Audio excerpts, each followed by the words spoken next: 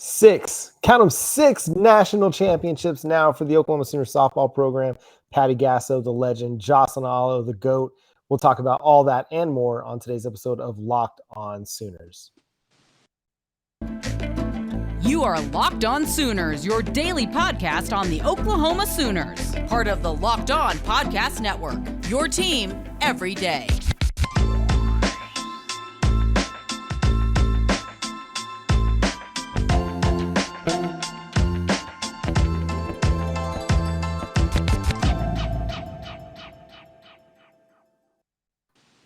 What's up, Sooners Nation? Welcome to Locked On Sooners.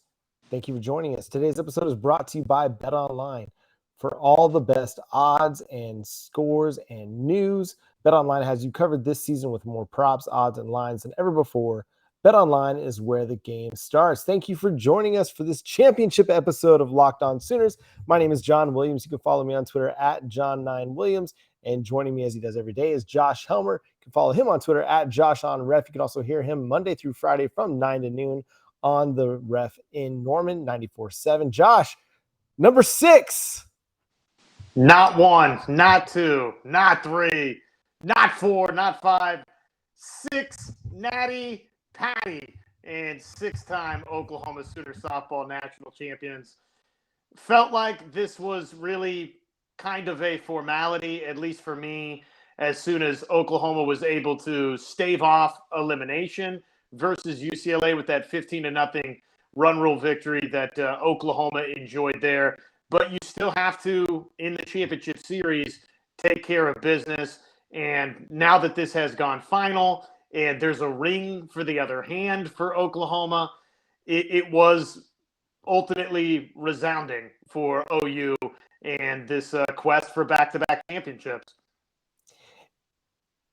And just like this Oklahoma Sooners team has done all season long, they responded well to adversity. I mean, this was a team that was down 2-0 heading into the fourth. They hadn't really gotten a hold of Estelle Czech. She was pitching pretty well. When they did get runners on base, she was able to work around it. And it was really the Oklahoma Sooners defense initially that kept them in the ball game. Jordy Bahl was pitching okay, but that first inning, it could have really gotten away from them. But Jayda Coleman comes up with arguably the play of the year, robbing Courtney Day of what would have been a 2-run shot. I mean, she skied up over the fence, a la Ken Griffey Jr. It was amazing to see. And if not for that play, it potentially is a completely different game. Now, you never count out the Oklahoma Sooners, but if Texas has something like a 4-0 lead going into the bottom of the first, that's potentially a very different ball game. Maybe Oklahoma starts to press a little bit, but ultimately this team always seems to figure out the opposing pitcher. And maybe it took a little bit longer than they normally do, but once they did in that fourth inning, they started to hit Estelle Czech a little bit harder, a little bit stronger, getting balls out to the outfield. And then in the fifth inning is when it really, really took over. The Sooners team, just incredible. I wrote about it over at the Sooners Wire, and I think we're just running out of ways to talk about this team because, I mean, all the superlatives, we've used them, and yet they continue to amaze us every single time they step on the field. They do. It's hard to find the right words to describe this Oklahoma softball team without just kind of the generic words that you've maybe used in the past. It feels maybe repetitive, not on a championship coronation night, but dominant, resilient, star power. Any of those apply to what you brought up. I really thought in this championship clinching victory over Texas, it was defense Oklahoma did. That was the difference in this performance, really for both teams. For Oklahoma, You mentioned Jayda Coleman robbing the 2-run shot, but it was greater than that. That was the notable play early to keep Oklahoma still right there within striking distance, only down 2 runs instead of being down 4. And who knows, like you said, what happens from that point forward. But it was Grace Lyons turning 2 the way that she did. It was Alyssa Brito laying out and making a terrific play out in left field. It's like every chance Oklahoma had to flash the leather, Oklahoma did just that and made the defensive plays. And then conversely for Texas, really the door opens in this championship clinching victory with a hot shot from Kinzie Hansen that was an error situation for Texas. That's how Oklahoma plays its first run in this championship clincher. And from that point forward, really as soon as that happened, you just knew, okay, that's the turning point. That's the floodgates opening for Oklahoma, and that's exactly how it played out. Yeah, once they got that first run on the board, I just felt like everybody kind of breathed a sigh of relief a little bit. Like, okay, we're not getting shut out. And then they tie the game still in the top of the fourth. And then you're like, all right, you had your chance, Texas. You had an opportunity to potentially steal this game, but you made a mistake, and we capitalized on it. And now we're coming. We're coming for the ring. We're going to take it to you. And that's exactly what they did in the top half of the fifth inning. And to me, what was incredible about the top half of the fifth, all of that came with 2 outs. Jayda Coleman led off, Jocelyn Alo behind her, and Czech got them both out. And so now you're looking at 2 outs. You got Tiara Jennings comes up. She, forces a 3-1 count, gets a nice hitter's pitch, strikes one right at the middle, gets on first. Grace Lyons gets hit by a pitch, moves Tiara to second. And then Elisa Brito, who had kind of been up and down through the College World Series, comes up with a clutch double that scores Jennings, puts runners at second and third with just 2 outs. And then Kinzie Hansen, who they mentioned it in the broadcast, had not hit a home run since April. Almost 2 months ago was her last home run. And she just crushes an inside pitch to left field to give Oklahoma a 6-2 lead to end the top of the fifth. And you're like, okay, it's all academic at this point. And the Sooners really took advantage of that. And then you think like, okay, maybe Texas is going to settle down a little bit. No, not at all. Oklahoma put another 4 spot on them in the top of the 6th inning, and it was all over from there. Yeah, and it was cool, wasn't it, that it was Kinzie Hansen, really, again, twice in this game that had pivotal moments. She's the one that you always say, softball, baseball, good things happen when you put the ball in play.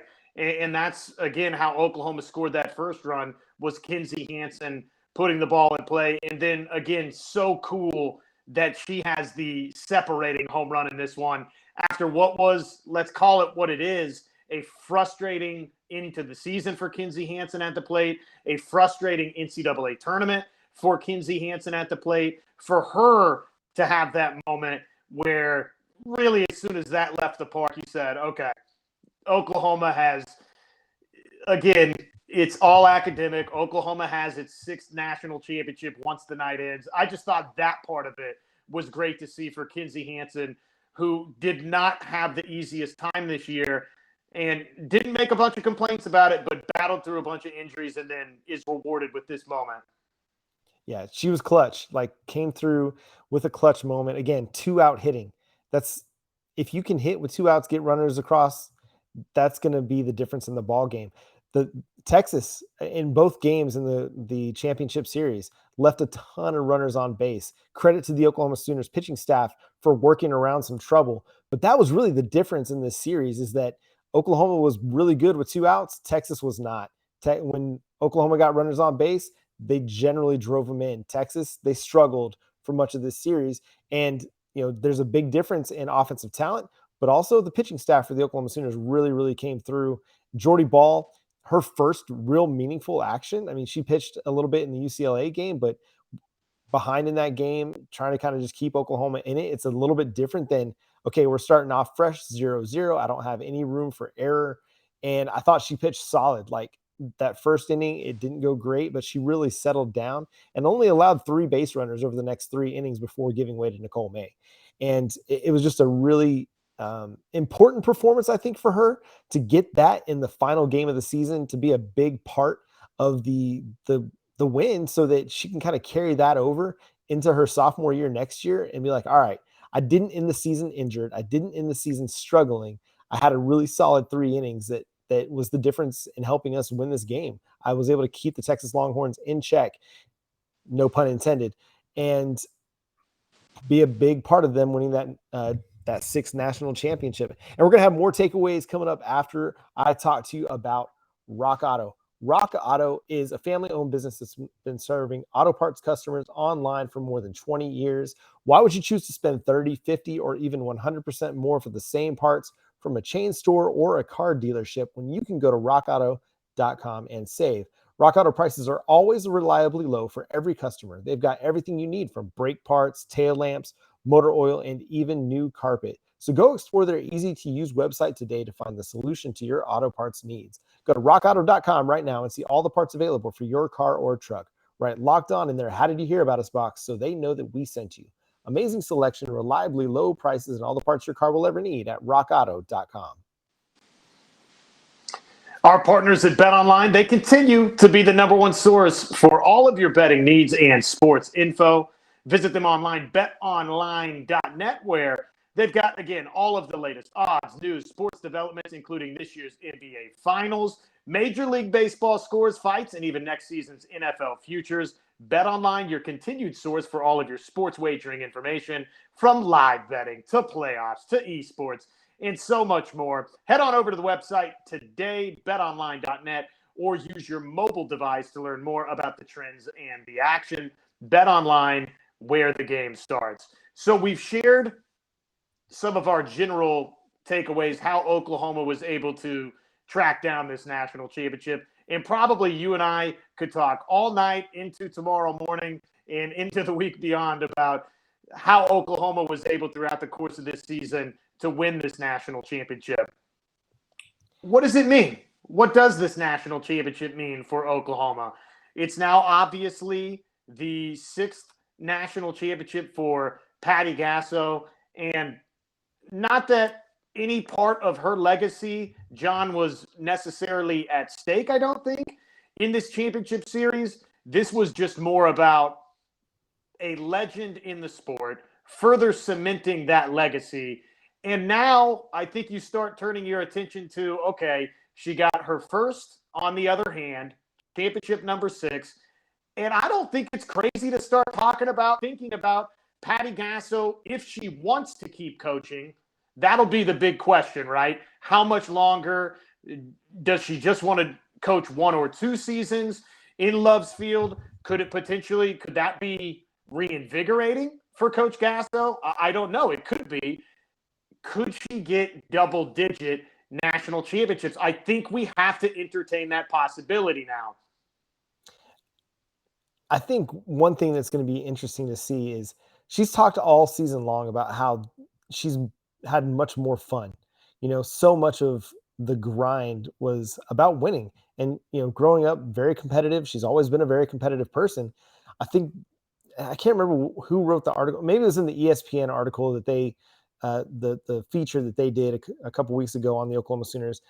But it was in that she read this book just about balance and just how to balance life and create a culture within yourself that, like, yes, we want to strive for excellence, but at the same time, we want to experience everything that life has to offer. And just some of the things that she said in that really resonated with me, because I've always loved sports, but at times you kind of see how sports can kind of take over life and become the be all end all. And when it is that, and that's the daily grind, it becomes hard to want to put that together every single year. And you go into the offseason, all right, well, I got how much time do I really have before I have to start gearing up for next year? But when you find a really good balance in your life and you're still able to go have a coffee on a game day and get your croissant and just relax and read a book before going to the field and getting ready for the game, if you can find that balance and strike that balance, it's going to provide so much more longevity for you. And I think Patty Gasso has found that. She's peaked in, I don't want to say she's peaked in her career, but she's found the prime of her career because she's found some balance. And I think that's part of what's resonated so well with this Oklahoma Sooners team and why they've been able to play so loose is because your leader, the general on the field in the locker room, Patty Gasso, she struck that balance and she's really tried to impart that on her team as well. She did it with Jocelyn Alo when she made her take a 2-week hiatus, what was it, last year or 2 years ago, and helped Jocelyn Alo kind of find the love of the game again, where it wasn't so much pressure.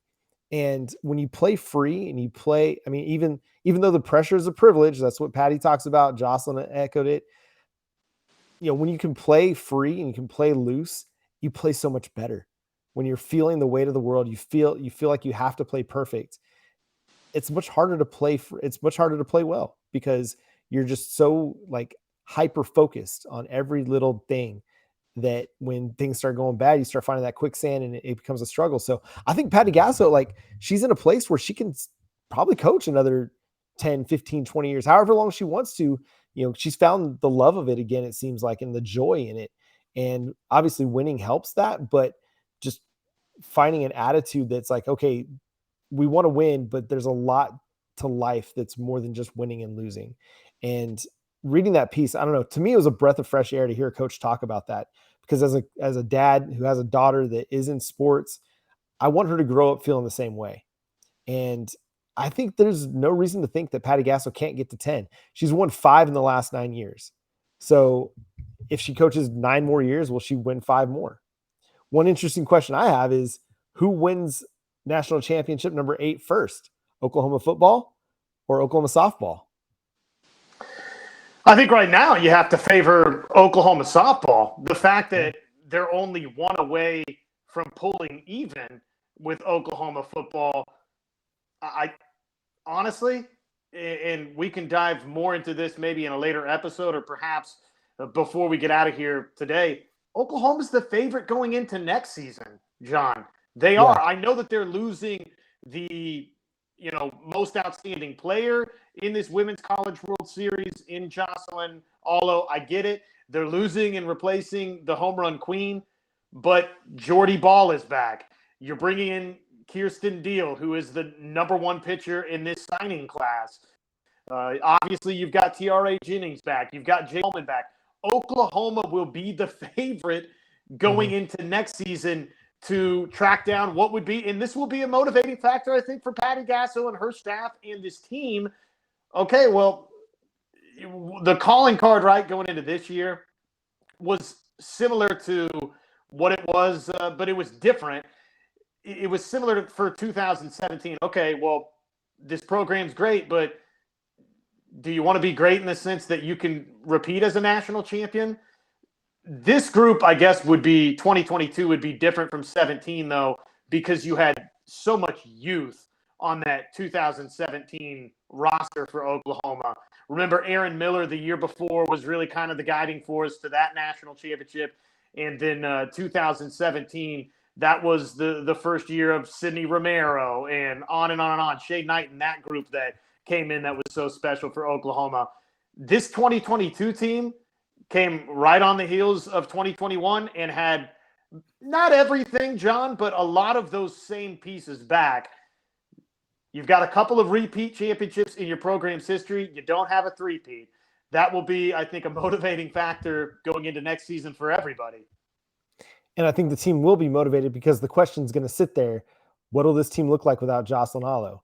Even though Jayda Coleman, first-team All-American. Tiara Jennings, first-team All-American. You bring back Riley Boone as well. You bring back Alyssa Brito. You talked about Jordy Bahl. You bring back Nicole May, who, while she had some ups and downs, she was really good in relief appearances in the championship series, I thought. And so you do bring back a really solid core. You talked about the number 1 pitcher in the country coming in. And we know they'll find some talent in the transfer portal as well. Hope Troutwine, who could have been considered most outstanding player in the tournament after the way she pitched in the College World Series. I mean, yes, she goes, but you got her from the transfer portal. Who else could you bring into the transfer portal? I mean, Patty Gasso is going to attract talent because that's just the way she is. And I can't remember who mentioned it. Maybe it was Josh Calloway of All Sooners SI asking the question, like, or maybe it was Joey. It was Joey, actually. When do we start treating this program like the Alabama Crimson Tide or like Connecticut? So it was Joey Helmer of OU Insider asking the question. And I feel like we were at that point, like 5 national titles in 9 years. That's very Nick Saban, Alabama-like. And so this is a team that, they still have a lot to play for because you said the three-peat. What does this team look like without Jocelyn Alo? I mean, we'll have a lot of time to cover that, but I think they'll be motivated to prove, like, yes, Jocelyn Alo, the greatest player of all time, the greatest softball player of all time, the key piece to our title run. But Tiara Jennings is a great player in her own right and has nearly 60 home runs as a sophomore and could I mean, she's going to challenge Lauren Chamberlain's for second place all time in home runs by the time she's finished. And so this is a team that's still going to have a lot of talent, a lot to play for next year. And go ahead, Josh. Yeah, just one final thought on the future of Patty Gasso and this program.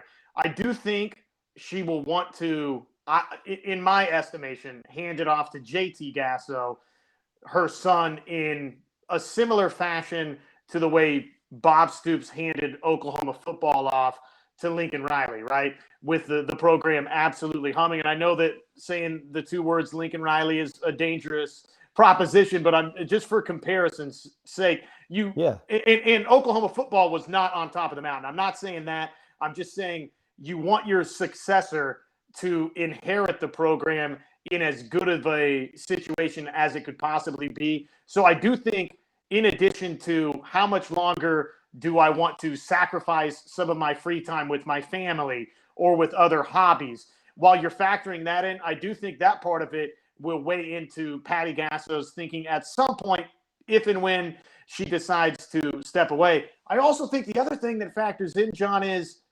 and I've said this before, it's never easy signing the best class. It's never easy winning a national championship. It's never easy repeating.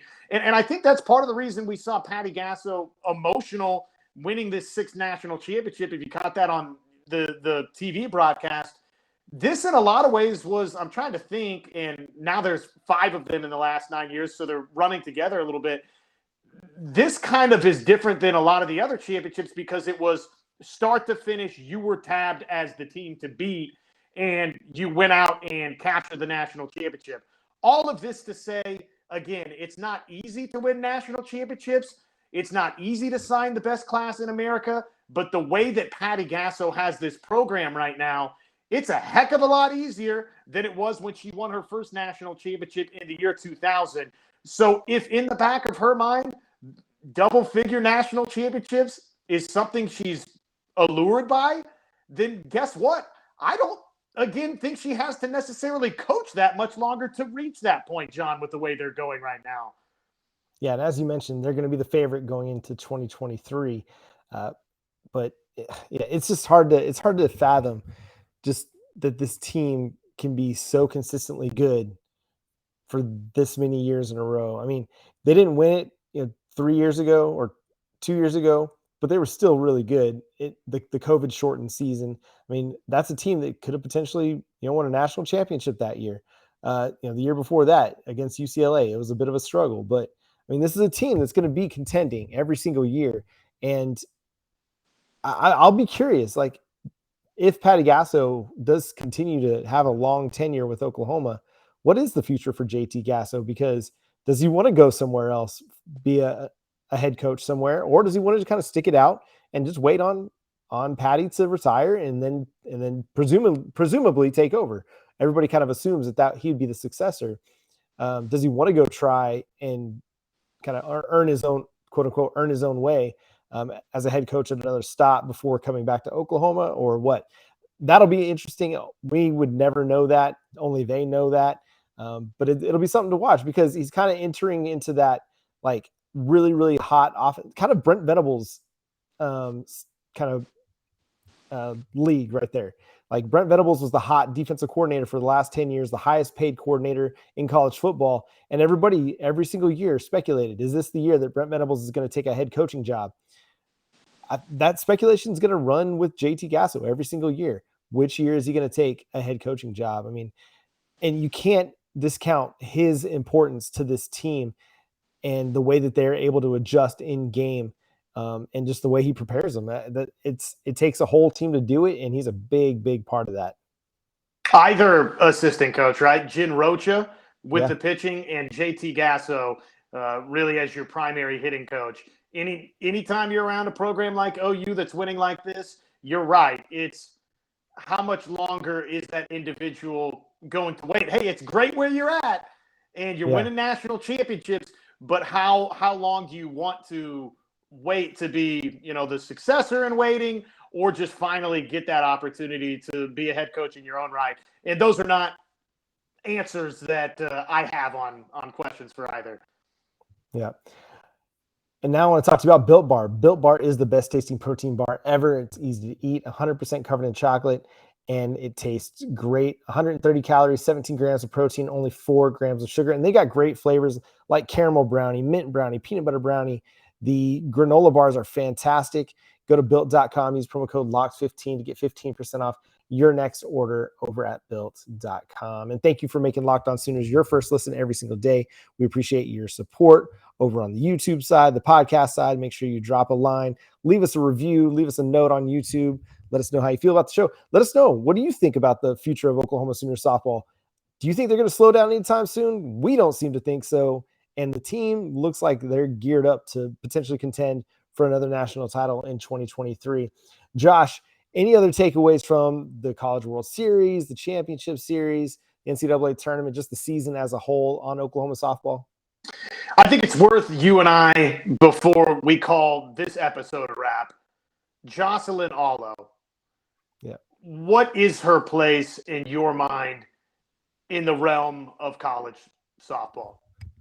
I mean, in college softball, I think based simply on all of the records that she now holds, both in a career, in a College World Series, in a single game, in a championship series, I don't know if you can consider her anything less than the greatest of all time because of everything that she's accomplished. The 3 seasons of 30 home runs or more, 3 seasons of leading the nation in home runs.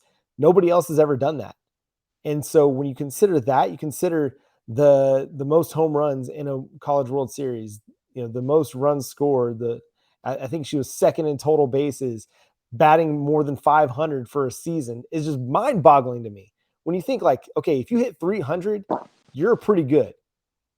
Hitting 500 is absolutely ridiculous to me. Like that it's even plausible that somebody could do that.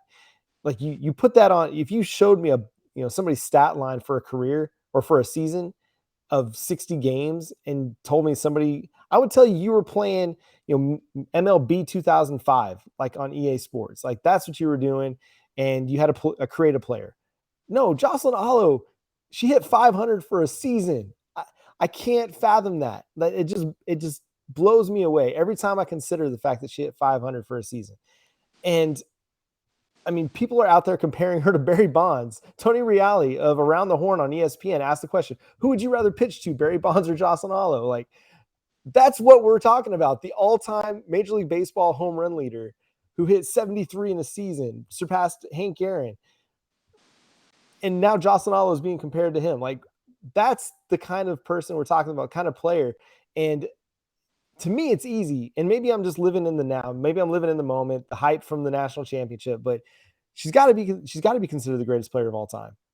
And I think you got to even wonder, is she the greatest Sooner of all time? Because I feel like that's a legitimate question now. 2-time National Player of the Year, 2 College World Series, all the records. What else can you say about her? She's done everything. Well, and look, whether she's the greatest Sooner of all time, I think in softball, she's the greatest hitter now of all time. She has surpassed Lauren Chamberlain, which is something I would have never thought we'd be saying that about somebody. But obviously what Jocelyn Alo has accomplished, becoming the home run leader all time, being second in RBIs all time in the history of the sport is amazing. And having done what she did on the biggest stage of the sport on multiple different occasions, right? Finishing with multiple national championships and really kind of feeling like, there might have been 1 or 2 that got away from you. That's just amazing. I think clearly she's the greatest hitter in the sport's history, player in the history of softball. Okay, well, now you're mixing pitchers into the equation. So I kind of like to separate pitchers and hitters normally for the most part, position players versus pitchers. Mount Rushmore for Oklahoma? I think absolutely Jocelyn Alo has to be on the Mount Rushmore of Oklahoma Sooners. Has to be. Yeah, and to me it was striking when you hear Brent Venables talk in game 1 about how when he watches this program that it's intimidating. Like it's intimidating and it's inspiring that this is what he wants Oklahoma football to become. And at the forefront of that over the last 2 years has been Jocelyn Alo. She's been the face of Oklahoma softball. And I think, as you mentioned it, one of the faces of Oklahoma sports in general. And it was just a tremendous send-off for her. It was so great seeing her in left field and get the first 2 putouts on fly balls out there. And then just the standing ovation. And then, credit to Texas fans too, for just recognizing the career that she's had. You look at the standing ovation that was occurring, the whole section of orange that was there, they were standing on their feet too. They were giving her the praise that's well-deserved and making it more than a rivalry, like respecting the person that Jocelyn Alo is and all that she's accomplished. And to me, that says a lot. And it was just great that Oklahoma had the opportunity to send their seniors off, to send Jocelyn Alo, Hope Troutwine off with that kind of an ovation, that kind of a moment. And for Jocelyn Alo in particular, just the ability to get out there in the field, hug her teammates one last time. You saw she got emotional. And I started getting emotional just watching her because I know what it's like to play with your team, finish out a season on a high note, and then just kind of you're done. You're like, oh, dang, that wrapped up quick. And you don't really even have time to process it all. So just all in all, man, what a wonderful season. What a wonderful College World Series. It was just so fun to watch them out there tonight, even when things were still tight in the early going. I think a lot about with Jocelyn Alo too, the fact that not only does she have all these different accolades in terms of what her stature is in the game of softball, in the world that is Oklahoma overarching athletics.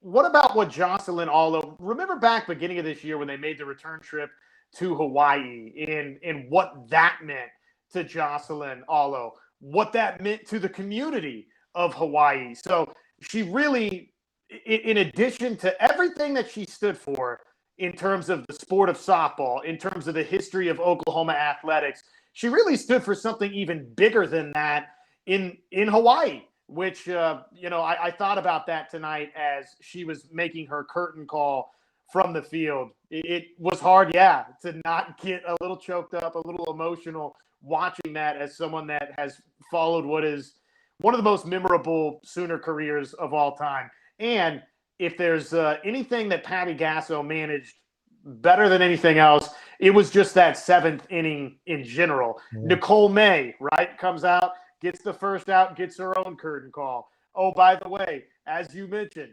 Jocelyn Alo, the softball gods just happened to send it out to left field twice, right? Okay, now it's time for her curtain call in Hope Troutwine, who I thought it was appropriate. Yeah, Texas decided they'd throw a little wrench in there before we got to the finish line, but it was fitting that Hope Troutwine was the Sooner pitcher in this championship run to get the final out.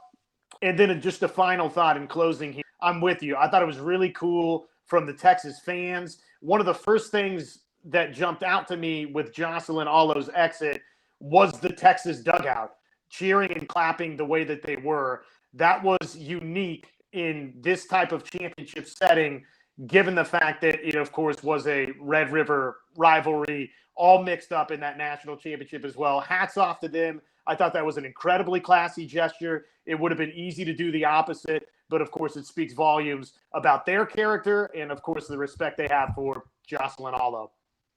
Yeah, you'll never hear me or see me tweet the words hook 'em, but very, very well-deserved hook 'em for the Texas fans there. I'll give them that because, it's fun to see. We love the rivalries. The rivalries are great. It's what makes sports so much fun. But then when you can kind of break it down and just enjoy the moment, enjoy somebody who had a fantastic career and cheer because you won't have to see her again. That's also part of the joy in that as well. So no, man, it was such a fun game and a fun evening. And, the great thing about what Oklahoma softball has done, and really the sport of softball, is it's made it must-see TV. Like, we won't see the numbers yet, but I mean, everybody was tuned in for this. Kirk Herbstreit, Dick Vitale, former Sooner players were watching on TV, football players. Trae Young was at the game yesterday.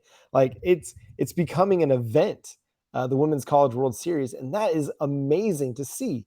And I think this is the discussion we always have on women's sports. Like, women's sports doesn't draw. Well, here's a women's sport that's drawing at incredible numbers. They're selling out the stadium, and at some point they're going to have to talk about expanding the stadium so that they can get more tickets sold for that game. Women's college basketball did it this past season too. Like, when it was invested in, when it was given the stage, it delivered. And the Women's College World Series delivered, even though both games were blowouts. Like, there was still a lot of great drama in these games. Texas getting a lead in both games and holding Oklahoma kind of down for a little bit. That created a lot of interest and a lot of intrigue. And then even just watching a dominant team always creates great intrigue, right? Like, even when your team's not maybe doing well, you're tuning in because of what they're accomplishing on the field. And so, yeah, it was super fun to watch, and hopefully we'll get our friend Macy Turley on sometime next week. She was having a good time enjoying the festivities out in Vegas, enjoying the game, and so we didn't get a chance to bring her on tonight, but we'll talk with her next week so we can get her thoughts on Oklahoma softball's 6th national championship. Josh, any last thoughts before we close out of here? It's 6 national championships for Oklahoma. I don't know that it's going to be a long wait until we're talking about 7 national championships for Oklahoma softball. Just amazing, the dominance that this last decade has entailed for Patty Gasso in that program. And again, I see no end in sight. So book it. Oklahoma Sooners national champions in 2023. You heard it here first on Locked On Sooners, and that's going to do it for today's episode. Make sure you subscribe to the show wherever you get your podcasts. We're free and available on all podcast platforms as well as on YouTube, so go check out the show over there. Hey, check out our interviews from earlier this week. We had Jackson Arnold, 2023 5-star quarterback commit, on the show on the Monday episode, and then we had Joshua Bates, 3-star center commit for the Oklahoma Sooners on as well. So for Josh, I'm John. Congratulations, Oklahoma softball. Congratulations, Patty Gasso, Jocelyn Alo. You guys are number 1 on the standings. Got the number 1 championship, and you're number 1 in our hearts. But until next time, we'll catch you later. Boomer Sooner.